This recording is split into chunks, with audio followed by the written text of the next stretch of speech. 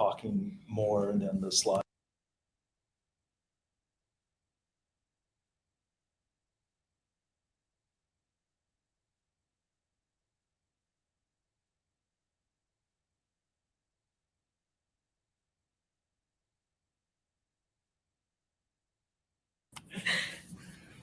I am slow. Why can't we hear?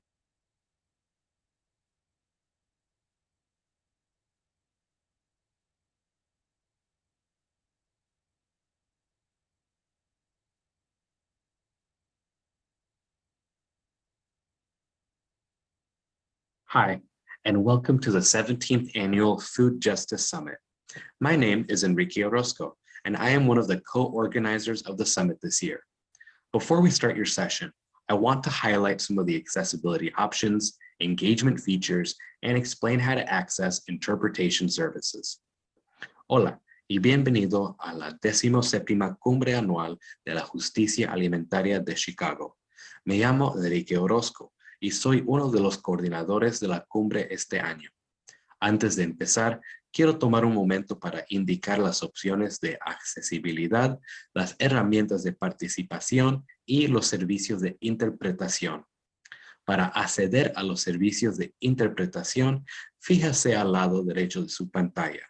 Al hacer clic en la pestaña de interpretación, se abrirá una ventana. Haga clic en Select y luego elija el lenguaje de su preferencia, inglés o español. Seguidamente, haga clic en Connect para comenzar a escuchar al intérprete. Finalmente, debería silenciar el video principal para no escuchar a los presentadores e intérpretes. To access interpretation services, look at the right side of your screen. By clicking on the Interpretation tab, you will open a box. Click on Select, and then choose which language you would like to hear, English or Spanish. Then, click on Connect to begin hearing the interpreter. Finally, you will need to mute the main video to not hear the speakers and interpreters. The platform also offers a number of visual accessibility tools. To find them, click on the profile image at the bottom right of the screen, then select Accessibility Adjustments. You can also change the language of your screen. You can select different options to make the website easier to read. We welcome you to participate in the conversation through the chat window. Clicking again on the Chat tab on the right of your screen will open up this window. Select the box at the bottom of the page to begin typing into the chat. At the end of the session, we will open for a brief question and answer portion, and you may type your questions here. Finally, at the end, I invite you to open the polling tab on the right side of your screen to answer this short survey that lets our team know how well we did in planning this session. I hope you enjoy the 17th Annual Chicago Food Justice Summit. I will now turn it over to your speakers.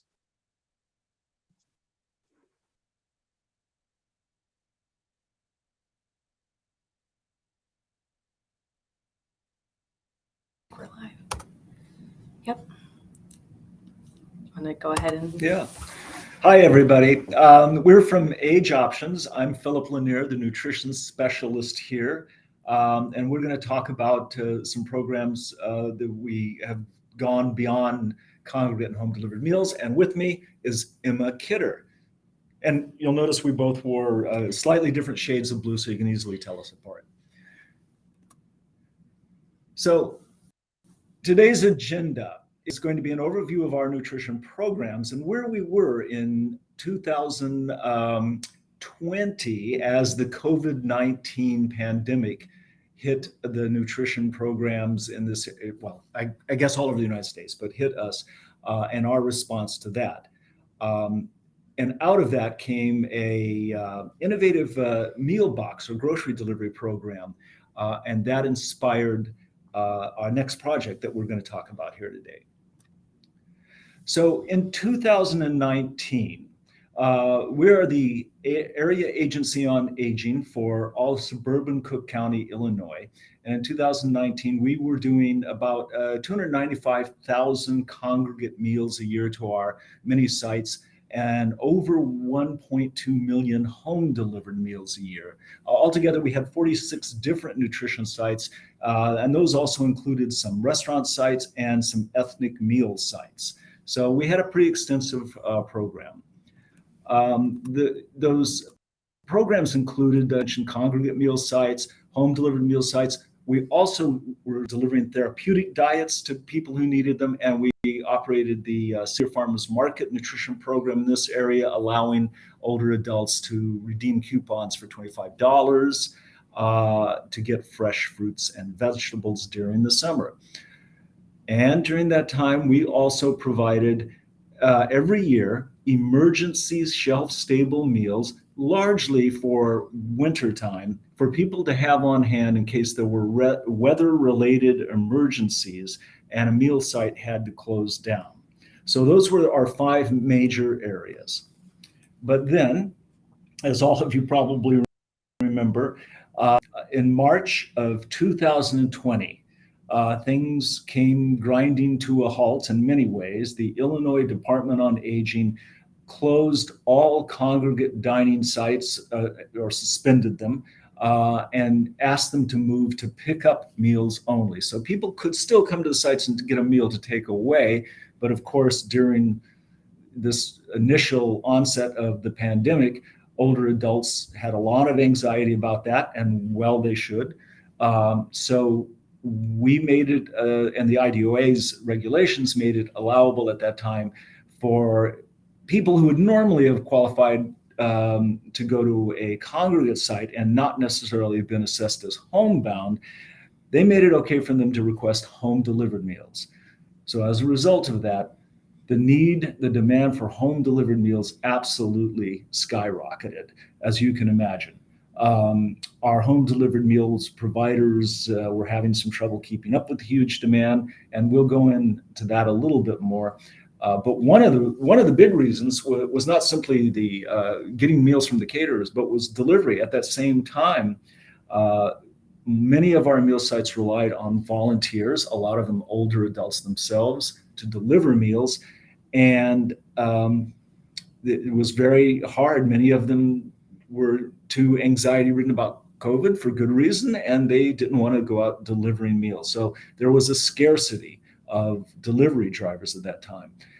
And at the same time, many of our caterers, our food actual providers, started reporting food shortages. I think you all remember that there were shortages of other things like toilet paper at the time. Well, they affected the food supply chain too. Nothing really, luckily, developed as a major ongoing shortage, but there were spot shortages, and they had to continually rethink their menus and make substitutions, but they did a very heroic job. And so now let's go to the next slide. I'm going to talk a little bit about what we did at that time, because this kind of leads to the innovation we're going to be talking about. We did a lot of things to make sure that people got fed at the time. The number one thing we did because it could be done quickly and covered other emergencies, is that we started a massive home-delivered, shelf-stable meal program. We wanted to make sure that everyone registered in our nutrition programs at that time had at least a 30-day reserve on hand of shelf-stable meals. And we wanted to make sure that we had that in place by June. So in those 3 months from March. And we were able to meet that goal. More than 300,000 shelf-stable meals were developed or delivered in that time period. And these were 5-packs and 10-packs of meals with a shelf life of a minimum of 6 months. Another thing we did was we helped our home-delivered meal sites and the meal providers do what it would take to keep up with demand. To alleviate driver shortages, many of the meal providers switched from doing a hot meal every day, which was the preferred service format for older Americans Act programs, to doing frozen meals, often delivered in 5-packs once a week. So that way drivers didn't have to be going out to every client every day. They could divide the route up into fifths and or some combination of that. And the delivery demands were somewhat alleviated because of that. But of course, switching to a lot of frozen meals meant that the caterers had to find ways to meet that capacity. They were used to producing a lot of hot meals, some frozens, but not a lot. So they did things like build out new freezer space, and in some cases they even rented large semi-truck frozen truck trailers to park in their parking lots, and they did a heroic job of turning around on a dime and being able to make and supply and keep the frozen meals on hand. They also started looking way into the future in terms of ordering food. Usually they operated on a 30-day order schedule, and they started looking 60 and 90 days in advance to make sure that they had food available. So they were able to they had to do some dancing, but they were able to minimize any kind of shortages. And another thing that we were all able to work together to put together was the delivery driver shortage was greatly alleviated by the work of the Cook County Sheriff's Department.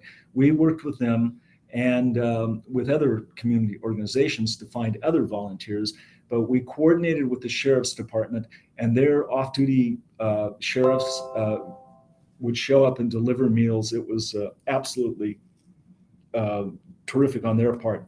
We couldn't have done it in those early months without them, and their help continued through that whole first year. So those were those were many of the things that we did. But this was one of the biggest things that we did was when the Congregate meal sites closed, and it was clear that the demand for home delivered meals was going to be very difficult to meet. We wanted to make sure that no one went without a meal. So we brought in an outside provider of home delivered meals, Mom's Meals, and they work on a national scale. They had no capacity issues. We were able to set up with them a program on a dime almost to start enrolling and serving people and take up the excess that the home delivered meal sites couldn't provide for right away. And over the next 9 months, they provided up to 400 client deliveries every other week. Some of these, and they were getting 7 meals in each delivery, so 1 meal a day. So it was really a terrific program, and they filled in at a really hard time on it.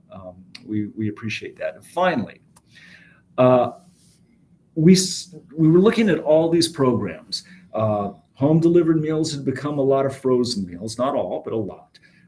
Congregate meals, of course, the sites were closed. And even the pickup meals, a lot were frozen meals. Shelf-stable meals, we all know, there's nothing that can be considered fresh in those.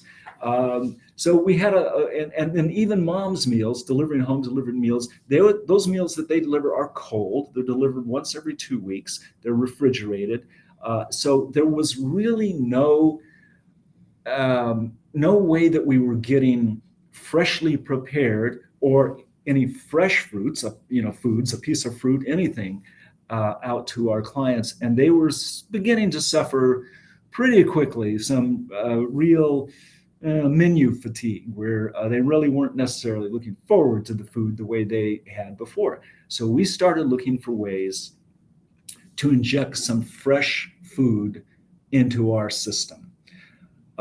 We were able to find a local grocery delivery program, a company named Top Box, and we formed a partnership with them that allowed us to deliver. Well, we didn't deliver, they delivered, allowed us to form a partnership that would result in the delivery of 25 pounds of fresh produce, fruit, frozen meats, and packaged goods every other week to clients who preferred that over the food that they were currently getting through our system. It was a lot of food. Not only did it include 12 to 15 pounds of fresh produce and fruits, but it was enough food altogether for 42 meals, 3 meals a day for that each 2 week period. So it was very cost effective, and it was also loved by all the people that elected to do it. They loved the idea of being able to cook for themselves. They loved the idea of being able to have 3 meals or more a day, and stretch that food and even feed some other people. So it was really a terrific program. And we started thinking about that, what a success it was. And so now I'm going to let Emily take over, because that led to a lot of innovation. Great, thank you. So as with a lot of ICs, innovations are often born. So we took a look at how well received and how well working this grocery delivery program was going, and we decided to try to grow this as a fully functioning program. So with ACL funding through an Innovations in Nutrition grant, we are developing a culturally inclusive meal box delivery program. It addresses a gap in services between congregate and home delivered meals. So that's why we're calling it Title III C1.5. The primary goals of this Title III C1.5 is to modernize the nutrition infrastructure by targeting an unmet need through an alternative delivery mechanism, and by providing new lower cost, decreased overhead option of 21 meals a week. It's important to remember that there's for older adults, there aren't a whole lot of nutrition programs out there that are offering total nutrition of 3 meals a day, 7 days a week.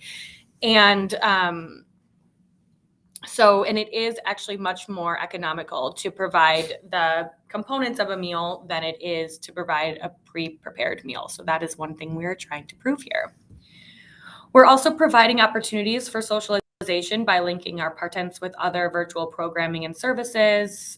We were looking to decrease food waste by providing folks with the food that they actually want to eat.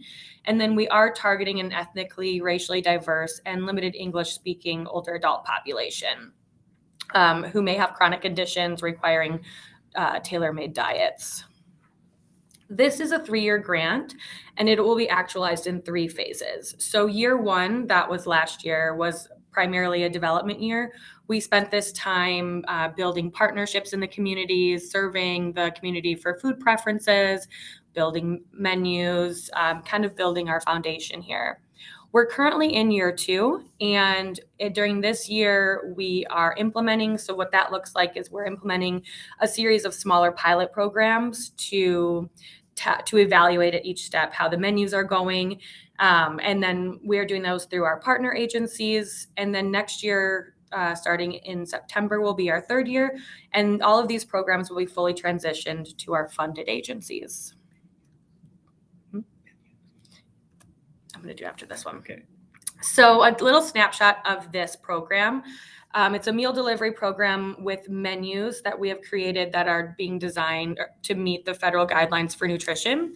And why the menus are so important, because under the Older Americans Act, the federal government will pay for meals. It does not pay for individual food commodities or food items. So we're trying to really prove here that we're not just delivering individual food items. We are delivering healthful, nutritious meals that do meet the federal guidelines for nutrition. And we are, I'll speak about it a little bit later, we are applying for a 3rd grant from the ACL actually, and it's a research grant so that we can provide the data to back up these ideas that we are providing nutritional meals. So it'll also contain weekly deliveries of food to prepare the 21 meals, like I mentioned.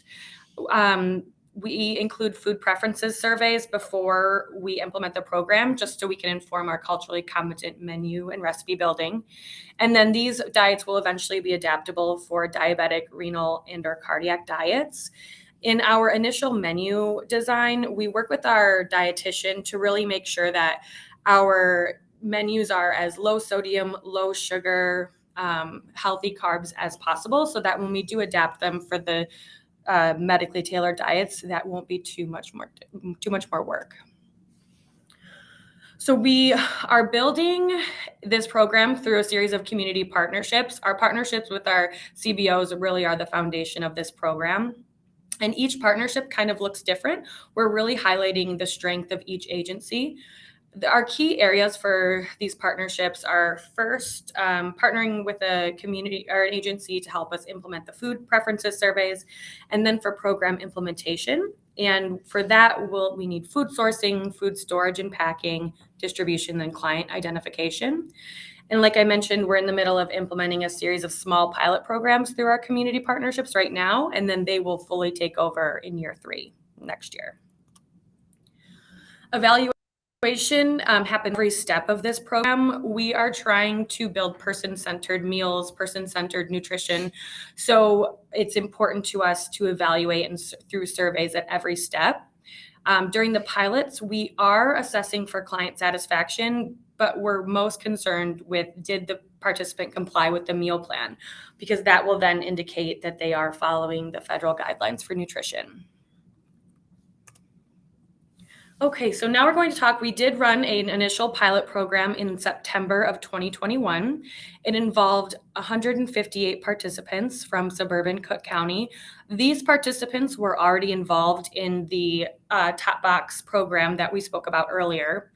And it was a 2-week demonstration of Title 3C 1.5 with food for 42 meals. What that looked like was 2 weekly deliveries of fresh, frozen, and shelf-stable food with 14 recipes in a weekly menu. We were also really mindful that most folks don't have the time or the interest really to cook 3 involved meals every day. So we made sure to include recipes that you can cook once and then eat leftovers for a day or 2, or you cook the protein component of a meal all at once and then kind of spread it out over a couple days. This is the week 1 menu that was approved by our dietitian for the initial pilot program. For this pilot, we used, for lack of a better word, just a traditional, more American diet. You can see there's lots of repeating of the menu items just to, like I mentioned, avoid cooking 3 meals a day. We learned a lot with these menus of what foods are expensive to source and which are more economical. So we were able to carry a lot of that information into our second pilot. And then here's some examples of the recipes that were included. We did really try to keep it simple, mainly to be economical. The more ingredients definitely equals more money, but then also we wanted to keep the actual recipe simple so that folks were not overwhelmed. As you can see, the food is very fresh, plentiful. We had a great feedback. Everybody was so excited about the quality of the food and the quantity. And then here's some things that we learned from our first pilot program. Just over 50% of the participants reported that they followed the meal plan as designed. I mentioned that was an important component for us to evaluate, as that's going to be our key piece of if we're providing meals or just food. Participants ate most or all of the food, and even some reported that we delivered too much food. Almost 90% indicated that the preparation was not too time consuming. So again, that we were really trying to keep the recipe simple. And then we had a high satisfaction regarding the different meals. So everybody enjoyed their breakfast, lunches, and dinners. Most people, the most frequent response for not following the meal plan was that they just wanted to plan their own meals, which is understandable. And then this was an interesting piece that we learned. A handful of the surveys were completed by clients who had home care workers. And the home care workers really appreciated this program. It kind of took one planning thing off of their list for the week. The groceries were taken care of. The meal plan was all planned out. They knew that their client was going to be eating a nutritious menu for the week. And then now we're actually in the middle of our second pilot program. So this is, we designed this program specifically for the Korean older adult population. And we're working with our partner agency called Hanul Family Alliance. They're located up in Mount Prospect. And first we worked with Hanul, and we adapted and translated our food preferences survey into Korean and made sure to include all of the foods that this community is used to eating and wants to eat. And then using the data from the food preferences survey, We again consulted with Hanul, and they helped us design a menu and recipes. So with this pilot program, it is involving 15 home care clients, and it is a 2-week demonstration, again, with 42 meals. This delivery looked a little bit different. So for the first week, they received food for week 1, and then they also received a staple box. And in that staple box, it was the rice, grains, some frozen proteins, the sauces and cooking oils that would be used in both week 1 and week 2. And that actually saved us quite a bit of money because we were able to purchase those items in bulk and then spread them out over the course of the 2 weeks. So it saved us a significant amount of money. And then this 2-week program involved 11 recipes. As you can see, here's the menu of week 1. So this went out last Thursday. And with the Korean menu, things of note is that it is typical in the Korean culture to eat, one stew over the course of a couple days, or eat the same thing for breakfast, lunch, and dinner. We learned all that through our food preferences survey. So there's lots of repeating. And then here's the week 2. And just a reminder, all of these were approved by our staff dietitian as having met the daily federal requirements for nutrition. Pictures from the packing of the boxes last week. So we worked with Topbox again for this program, and Hanul actually sourced the more Korean specific ingredients. And then Thursday of last week, all the deliveries came to Hanul, and we all packed the boxes, got everybody ready for delivery. So for the next steps of this program, we are going to be implementing a series of smaller pilot programs, like I mentioned, to demo the menus curated for the ethnic and racial minority populations. We're imagining 15 to 30 participants at each site, along with more surveys to collect data. Our next pilot will be over the Passover holiday in April, and we will be demonstrating an 8-day kosher menu. This program, we're excited. It looks a little bit different. Our home delivered meals provider of kosher meals was unable to help during the Passover holiday just due to they have a lot of extra work during that week. And so we're actually partnering with a local kosher grocery store, and they will be completely sourcing all of the food for us, packing the boxes, and then our home delivered meal provider will be using their delivery network to deliver the boxes. And then we're looking at full program implementation by the end of this summer and transition to our funded agencies in September. And then I touched on this a little bit earlier when I spoke about the importance of the menus. And, we're proving here that we're not just delivering food, but we are delivering actual healthful meals. So the Older Americans Act renewal cycle is going to line up with the end of this grant. So in August 2023, about then is when the federal government will be looking to renew. And that is a part of this grant, is we would like to influence that renewal to include a permanent funding stream for the Title IIIC 1.5 meal boxes. Because as of right now, we have been able to use the flexibility in spending that has been allowed due to COVID-19. So that's how this is being funded right now, and through the grant, and we'd like to see a more permanent funding stream.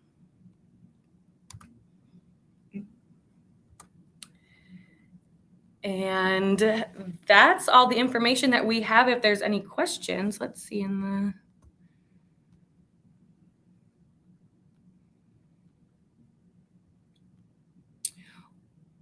which food items are included in the shelf-stable meals box. So shelf-stable meals are also curated by our dietitian to make sure that they are providing 1/3 of the daily requirements per meal, and that they include enough protein, some fruit, usually fruit cup, and it's really hard to include vegetables, but we do our best. There are some beans and things, but the main items, usually the proteins consist of vacuum sealed tuna, beef stews, anything that can be bought in a can or a vacuum seal pouch to include protein, we will build a meal around. Right now we're doing 7 meal boxes. They include as I said, all of those items plus crackers. There's generally some powdered milk and some breakfast items like nutrition bars, things like that. So it varies, but they are actual meals. They do get a menu, just like Emma was talking about with the our Top Box and Grocery Delivery 1.5 program. We give them the box of the ingredients, but we also give them a menu and ask them to make sure that they eat them in terms of the in terms of the menu, so that they're getting a complete meal every day. We know from their reports and anecdotal evidence that they don't do this very religiously, but it's an emergency, and so for a short period of time, until the meal site can deliver again, we're not too concerned that we would only be concerned if they're not getting food, and certainly there are some pretty healthy things in there. I hope that answers that question. I think so. I see. Okay, so have you considered a partnership with local farms to supply the fresh produce? Absolutely. We are always looking to kind of diversify where we get our food from for this project, because it's important to us to save money and to source locally. There is a local urban farm around here that we've been in talks with to see how we can partner. And they actually work with a large immigrant population to employ folks and then, teach life skills about farming, business related things like that. And why we're so excited to work with them is that they also will grow the produce that these immigrants are used to growing in their home country. And so that is just what we're looking for. We're looking for the produce that shows up on our food preferences surveys. So we think that this company, could do exactly that for us. And we're also working on partnering with the Greater Chicago Food Depository for this specific project. They have just such an enormous purchasing power, and they already have sources and vendors for almost everything that we need. So that's another partner that we are looking to grow with. No pun intended. Yeah.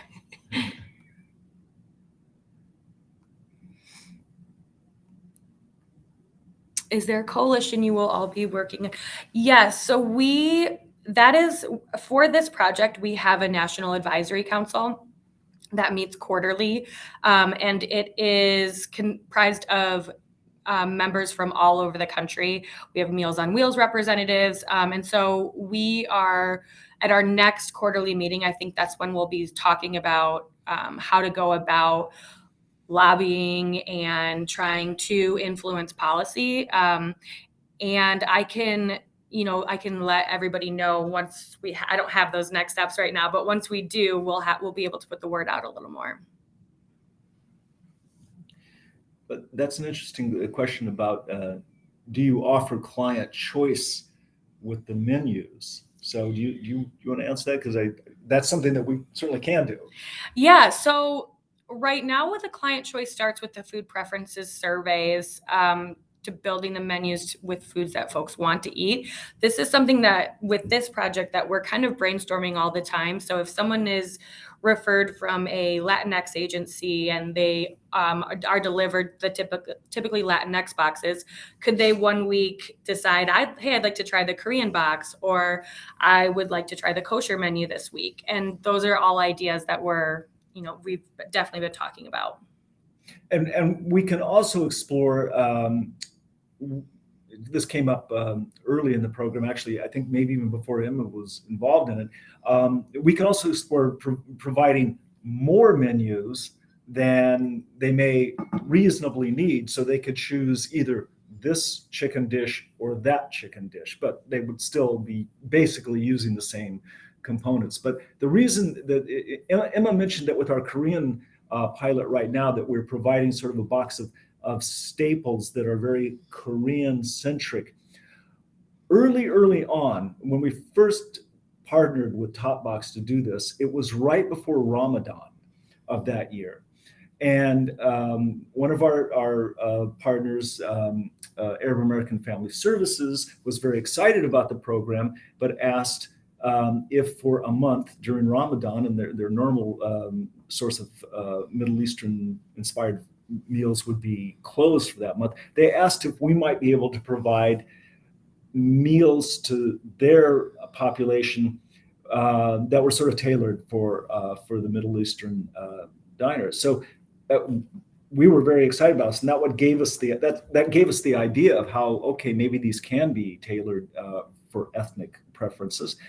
And they worked with a local grocer or food provider of Middle Eastern food.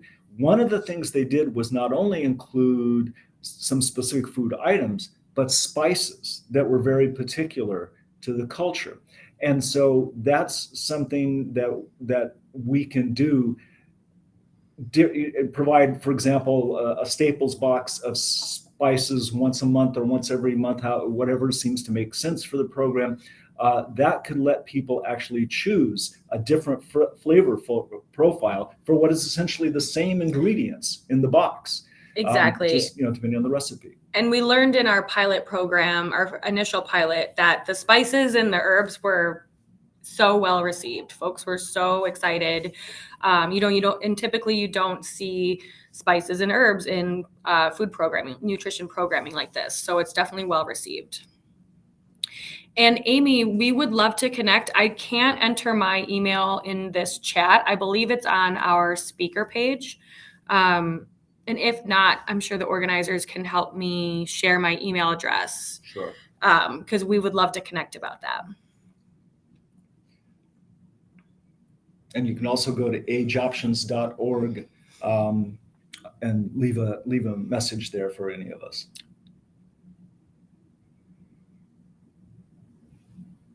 I think there's one more. How are we selecting the pilot program and sites? Not all of the pilot sites have been identified yet. I think we started with approaching agencies that we, as an agency, that AgeOptions as an agency already has a relationship with, and just kind of going from there. Topbox was our first pilot site because they're just so good at what they do. They can source food and pack boxes really well. And so we're going for ease there. And then they've been such a wonderful partner, and they've been able to help us at our other pilot sites. And then just the way timing worked out with Hanul, and that's why they're our second pilot program. But no, they have not already been identified.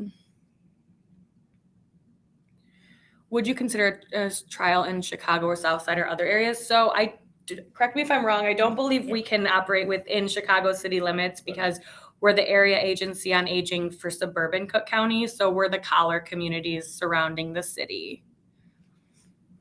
However, I would suggest that you contact topboxfoods.com. I believe it's .com, right? Topboxfoods.com. Go to their website.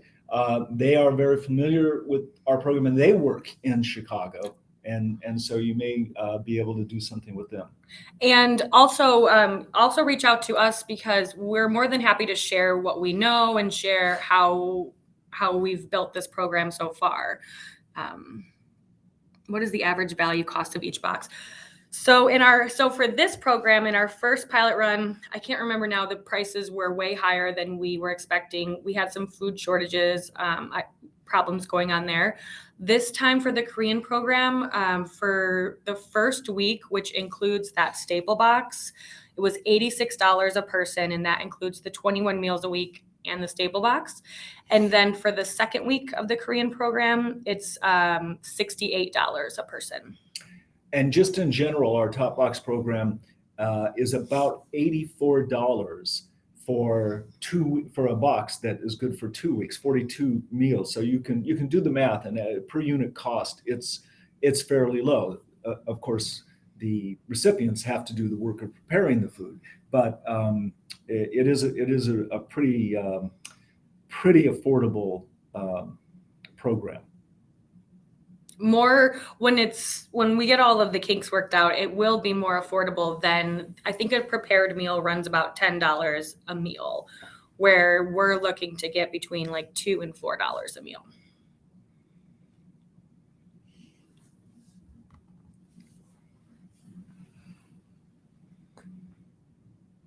Okay. Don't see any more questions. No.